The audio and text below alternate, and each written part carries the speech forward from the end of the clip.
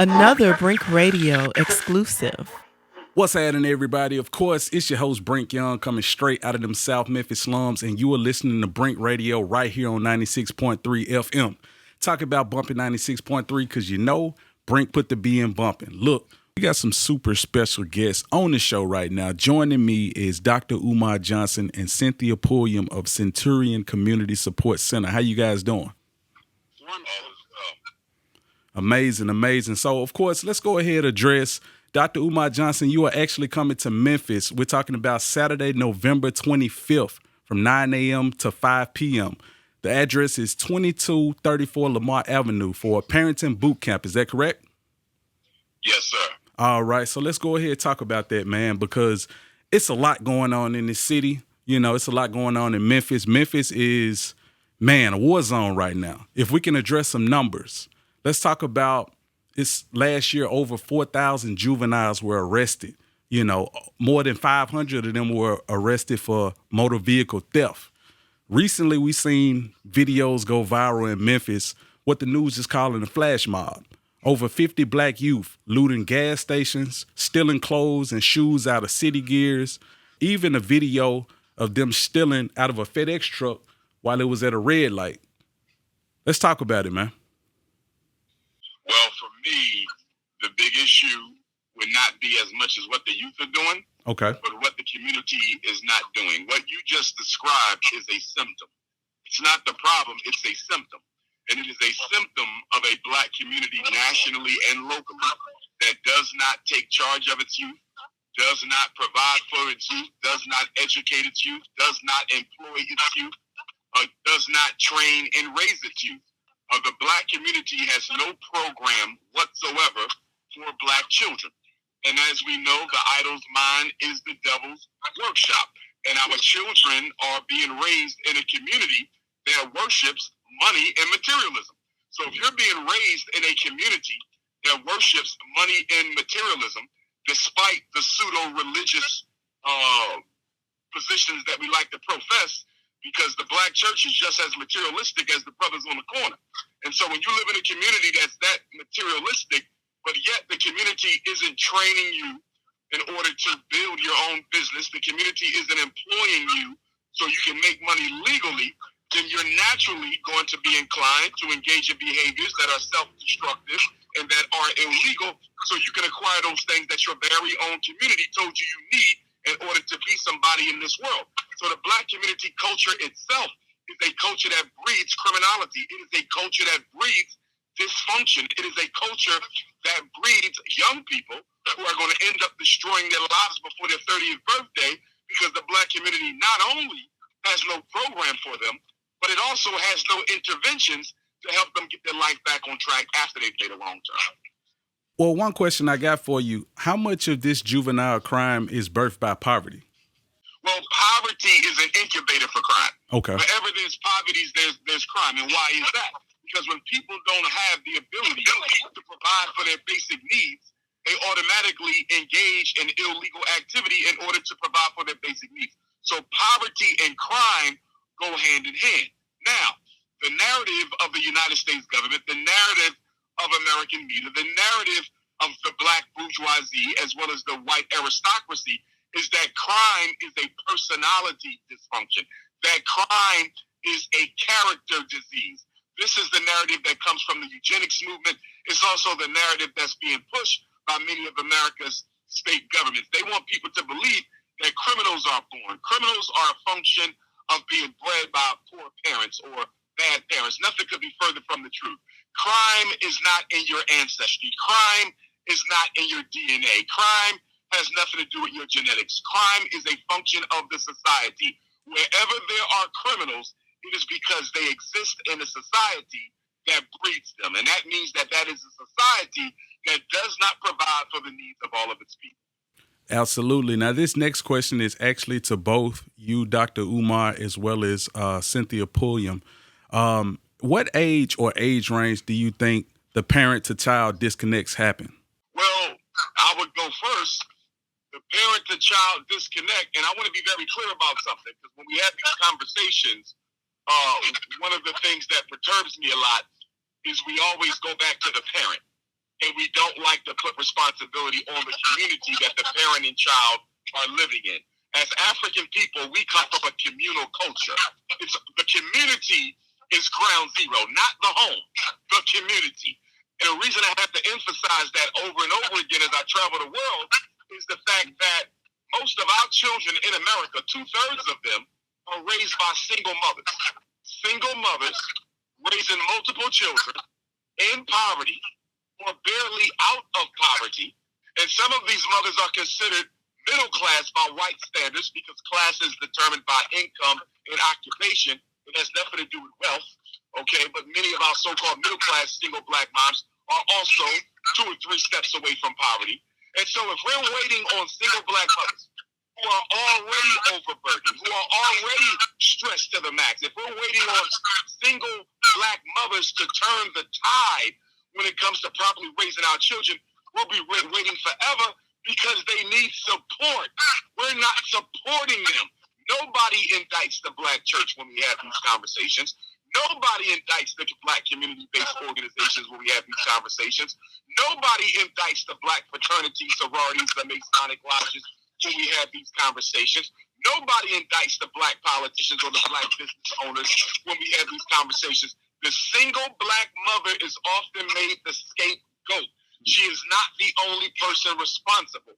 The entire community is responsible for the failure of our children. So the disconnect from a community perspective, there is no disconnect because there was never a connect. The community never connected with the child to begin with, so there's no disconnect. Now, when we talk about the parent, I would argue that the disconnect begins to take place around 9 and 10 years old. You can make the argument that the average American African child in the United States of America is basically an adult, practically speaking, raising themselves by the time they get to the 4th and 5th grade, because that is around the age when parents stop supervising effectively. That is around the age when children are old enough to be left at home and babysat by Twitter, babysat by Snapchat, babysat by Instagram and Facebook, the video games, and the internet. And so now parents don't have to pay for babysitters anymore because the children are so addicted to social media, internet, and video games that they can simply watch themselves at home. So the disconnect for me is 9 years old. In other words, a 9-year-old black boy or girl in the United States of America, 9 years old, has basically been exposed to almost everything an adult has been exposed to in terms of content. Many of them have already lost their virginity. They're watching pornography. There's no filter on what they listen to. 9 years old. And there's very little left for them to experience in terms of exposure and content. Wow. Now that's pretty profound. Cynthia, Pulliam, same question. Basically, we're going to do exactly what Dr. Umar just described, except we're going to be bringing the community together. We're going to include the parents. We're going to do what we need to do to educate our parents, but it's also going to be our main function is to connect the community. And being said that, we're going to bring that pastor, that politician to the table. We're going to bring our students to the table so that they all have their input on what we do. So this is our first step. We're going to, during the boot camp, we'll be out campus. We'll be having a book reading, where we're bringing professional readings, people who our children admire, to read to them. So the importance to us is to accept this challenge. Memphis lost like 7,000 children, and this year was retained for the 3rd grade. So our challenge is, hey, what do we need to do as a community to help? And I am a great fan of Dr. Umar, his work. He was here last year for our Million Man March, and he challenged us to get together and to make this happen. So this is our first step of that challenge, to come together. We have politicians, we have teachers, we got preachers, we got everybody, community leaders. They're all coming together. We're going to be reading our favorite book, telling why this is important to, different occupations, different, how everything started in our history. We're going to have, everybody's going to be there on October 25th. So we want everybody to come out. November 25th. Don't come in October. Come in November. It's already over. But we want everybody to come out and support the museum And the time, the families can come out from 12 to 5 o'clock. But Dr. Umar will be in class with the parents from 9 to 5. And it's going to be an awesome boot camp. I'm looking forward to it, and we need your support. You can contact me directly at 901-314-1979. It's 901-314-1979. That's for the information about the readings and the museum that's open. We're going to be at Tone. The location is at Tone, so we're going to be there all day having a great time and encouraging our families and our community. Absolutely, absolutely. Again, that address is 2234 Lamar Avenue. Keep it locked on Brink Radio. Brink Radio. Now, one person we had on our show recently was Judge Joe Brown, and he was also adamant about people policing their own communities. Dr. Umar Johnson, how can we contribute to our community development and empowerment on a grassroots level? But we have to get organized. Black people are not organized. One of the I would say disingenuities of Black people is that, we claim we're interested in the solution when we already know what it is. People always ask, how do we fix this? Everybody knows how to fix it. You organize and you use your money to build. It's the same way every community in America has been built. The Jewish community was built that way. The Mexican community was built that way.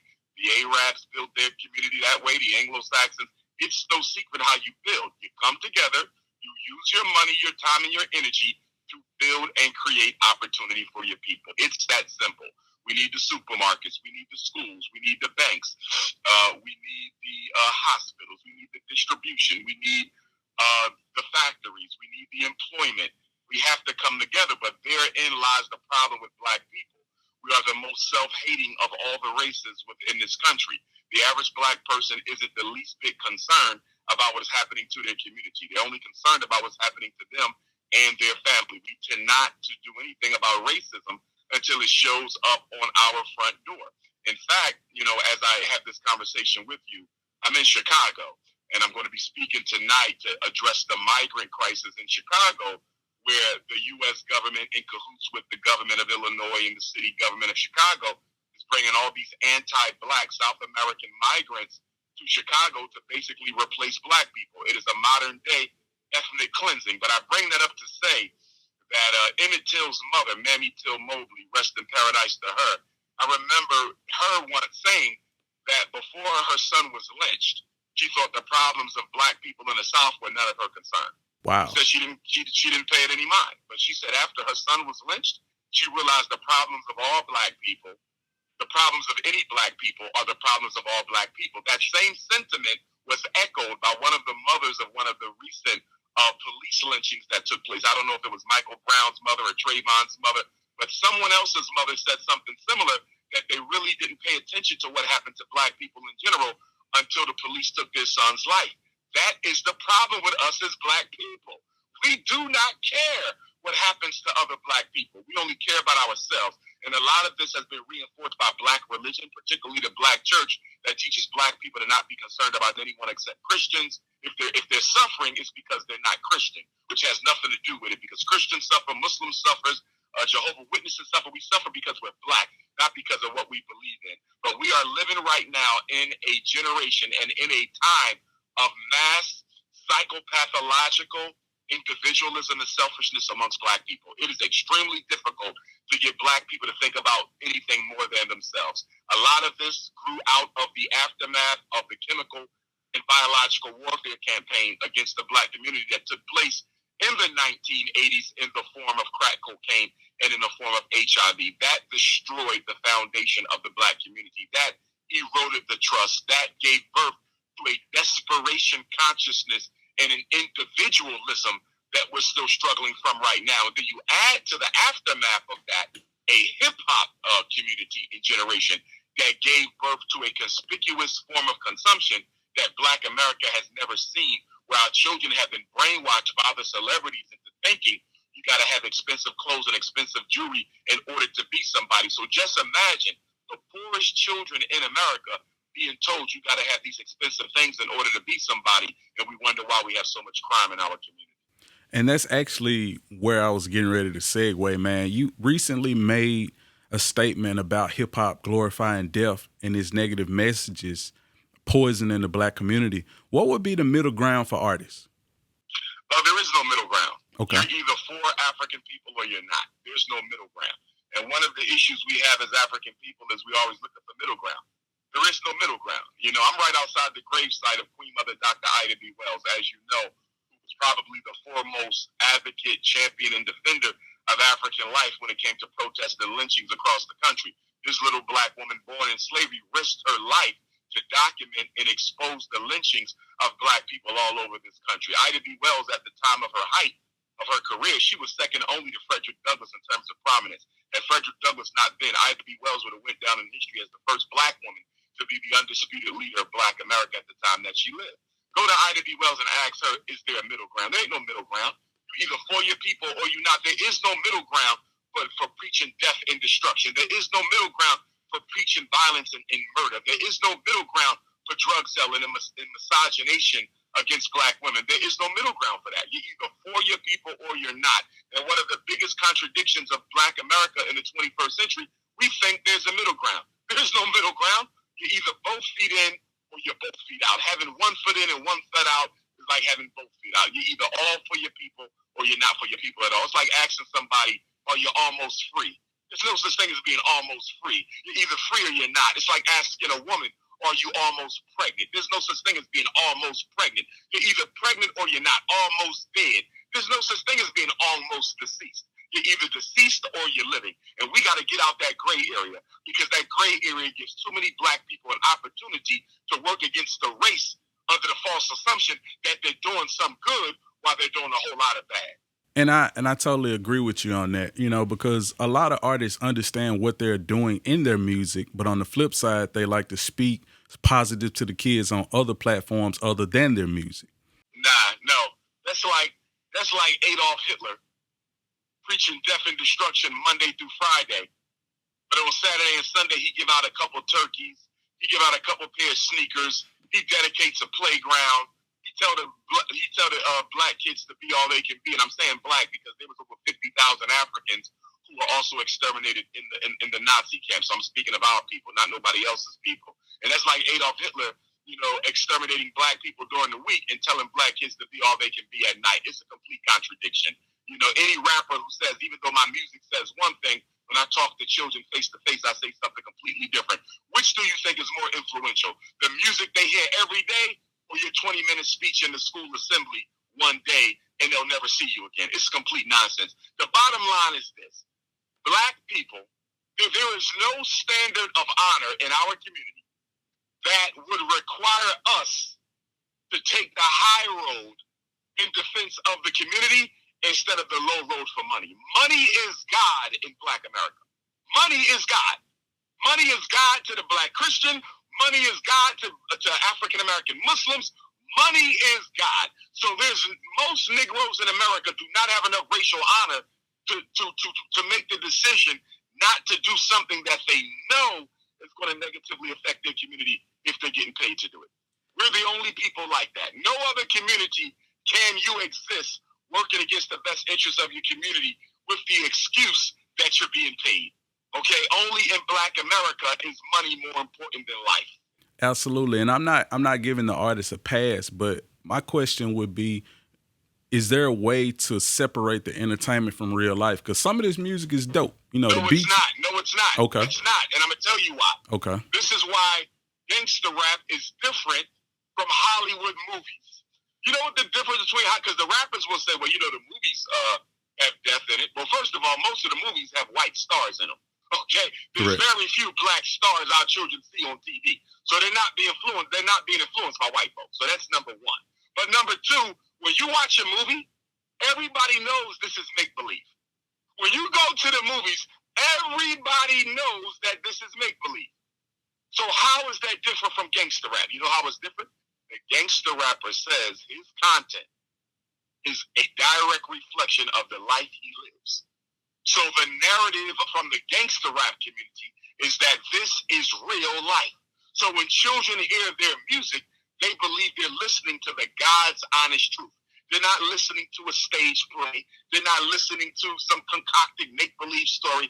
As NWA said back in the mid-'80s, this is reality rap. That's what they called it, reality rap. So black children believe hip-hop is reality rap. And that's exactly why you cannot scapegoat, art or imaginary content and use that as a defense of gangster rap, because their narrative is, I'm preaching what I'm living.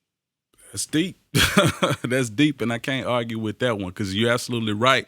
But, I mean, there's a segment of people who listen or consume it but don't live that life. That's what I mean by separating entertainment from real life. But we're talking about our children, though. Correct. We're Correct. talking about our children who are the ones buying the music, going to the concerts. You see, it's the children. The bottom line is rappers are role models. They know that, and they don't care about it. That's the bottom line. Yeah. I know my music negatively influences our children. I don't care because I'm making too much money. And let us be honest, because I don't want to completely scapegoat these Negro-European hip-hop artists, which in my opinion are nothing more than a modern-day minstrel show. But let us be honest, they would not have the influence over our children the way that they did if professional black men did not abandon the black community. So we have to look at the fact that the black male doctor, the black male engineer, the black preacher, the black educator, the black inventor, the black business owner, the black politician, the black psychologist, once we get a master's degree or two in a halfway decent paying job, we abandon the black community for a life with white people. So the rappers would not have this influence if black men were still in the community. The rappers became role models by default because those who should have been role models abandoned our children. And I'm putting that out there because I don't want to make the gangster rapper the scapegoat or the be-all, end-all, because he's not alone.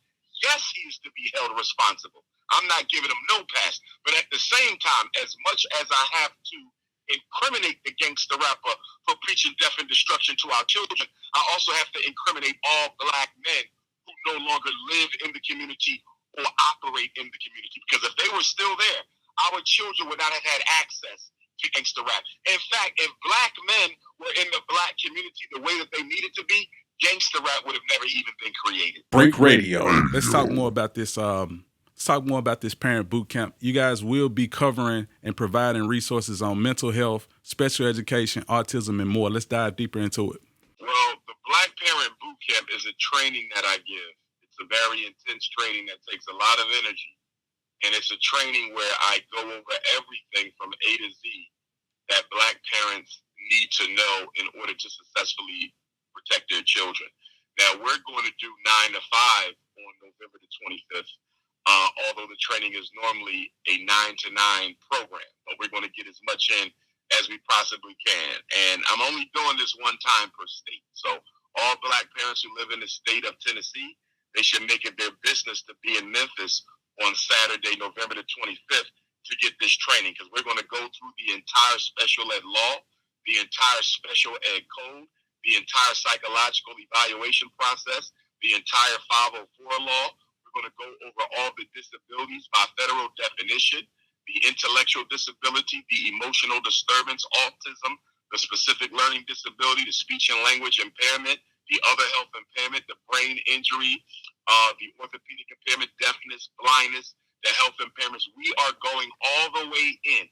So if there's any parent in Tennessee or any other state who wants to learn how to effectively advocate for their child in the school system and the mental health system, then you need to be in Memphis, Tennessee, not shopping for Christmas gifts. You need to be at the Black Parent Boot Camp in Memphis, Tennessee on Saturday, November the 25th. And you need to be on time. If you need to get there a little late, I understand things do happen in life, but you really need to be on time, because what I will not be able to do is stop and go back over everything I've already covered the first, second, or third hour of the training because you saw fit to show up late. So you can still follow along when you get there, but I will not be going back to go over what was already covered. And the first 2 hours of the training is going to lay the foundation for the final 5 hours of the training. So we need people to be on time. It's $50 for the training, which is discounted from my $100 cost that I normally charge. They can go to drumarjohnson.com and register. Again, drumarjohnson.com, drumarjohnson.com, drumarjohnson.com, and they can register right there. Sister Cynthia, you want to give them the Queen Mother, you want to give them the address to where we'll be? Yes, I think we just told them the address. Tone is the building that we're in. Do you know the address, Mr.? Yes, that's 2234 Lamar Avenue. That's 2234 Lamar Avenue. So 2234 Lamar. 2234 Lamar Avenue. 2234 Lamar Avenue. And I do need parents to register in advance because the amount of my training packets that I'm going to bring is going to be contingent on the amount of parents who pre-register. I will have a few extra for those who want to walk in and get the training, but we really need them to pre-register. And I recommend that they bring their neighbors, their girlfriends, their homies. If you are a parent of a black child who has not yet graduated high school in the United States of America, you need to be in Memphis, Tennessee at 2234 Lamar on Saturday, November the 25th. And that's another thing, too. This time of the year, is always very disappointing for me because I see black parents going out of their way to buy all of this expensive stuff for Christmas and almost never found under the Christmas tree are books. You almost never find books under the Christmas tree. But what you will find are video games, iPads, cell phones, social media gadgets. And I'm saying to myself, half the black children in Memphis, Tennessee can't read on grade level. Half the black children in Memphis, Tennessee can't read on grade level. So why is your mother out buying video games and toys and clothes and fake hair when you need to be focusing on your academics? So again, everybody's responsible for this because we are not treating the state of emergency involving education for our children like the state of emergency. We think it's a joke. And all we're doing is helping the school to prison pipeline destroy our young black men. Very profound, very profound. You guys make sure, and I'm talking about Memphis. I'm talking about Nashville. We're talking about Jackson, Tennessee. We're talking about Knoxville, Martin, Tennessee, all of the surrounding areas, all cities in Tennessee. If you got a child, black people, we talking to black people. If you got a child who hasn't graduated yet, please register. Be a part of this Black Parent Boot Camp. We're talking about Saturday, November 25th from 9 a.m. to 5 p.m. The address, again, is 2234 Lamar Avenue. This is going to be something that's going to be instrumental in helping. There's a lot of parents out there that, feel like they don't know what to do with their child. You will learn what to do, how to manage, how to cope with everything that we're facing right now. So I got to say, make sure y'all be there. Thank you again, brother Dr. Umar Johnson, for being a part of this show, man. No problem, my brother. I got one more thing I need to say. Excuse me. Sure. Okay, one more thing. I just wanted to thank all the people that's been helping us. Real special thanks to Tone Memphis, the Black Art Museum that we're having the event at. They have really been instrumental in helping us put this together. Unapologetic Memphis, Frank Gotti, Porter Leaf, Memphis Literacy, K&O, Being United, Memphis City Council, and Shelby County Commissioners. We thank all of you all for making this a grand event. And we look to see you all there. Parents, we need you.